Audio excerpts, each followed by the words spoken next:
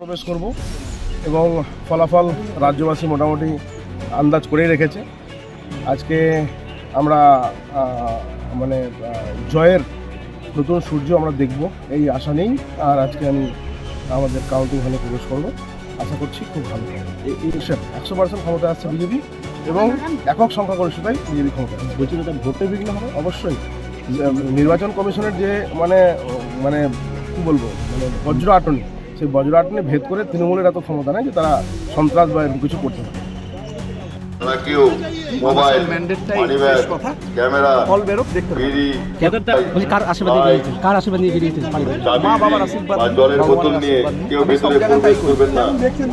গণনা কেন্দ্রে এসে পৌঁছেছি, আমরা যাই ভিতরে। এমনিতে পরিস্থিতি খুব ভালো আছে, প্রশাসনিক অ্যারেঞ্জমেন্টটাও ভালো আছে, কিন্তু লাস্ট পর্যন্ত দেখা যায় যে কী অবস্থা। বলছি আশাবাদী যে আমি কেমন দেখছেন দেখি যে আমাদের গাজীপুরের যে পরিবেশ, তাতে বিজেপি এবং যে তৃণমূল যেভাবে মেরুকরণের রাজনীতি ওনারা করেছে, সেটা গাজীপুরের মানুষ ভালোভাবে দিতে সেই তুলনায় এবং পূর্বে কংগ্রেসের যে ধরনের কাজ আমরা উন্নয়নমূলক কাজ করেছি, তার সুবাদে কংগ্রেসের ক্যান্ডিডেট হিসেবে আমি